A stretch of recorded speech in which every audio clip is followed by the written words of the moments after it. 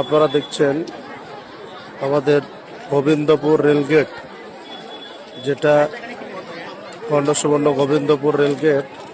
ওখানে একটা বিরাট অ্যাক্সিডেন্ট হয়। অ্যাক্সিডেন্টটা এই কিছুক্ষণ আগে ঘটে গেল।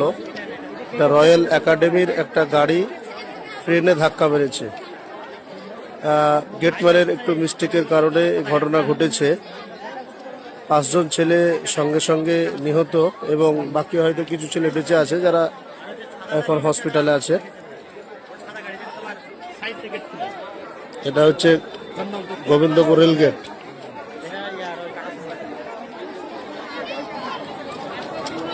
গোবিন্দপুর রেলগেটে একটা ভয়াবহ পথ দুর্ঘটনা। ট্রেনের সঙ্গে ধাক্কা, টাটা সমর স্কুলের গাড়ি, রয়্যাল একাডেমির গাড়ির সঙ্গে অ্যাক্সিডেন্ট।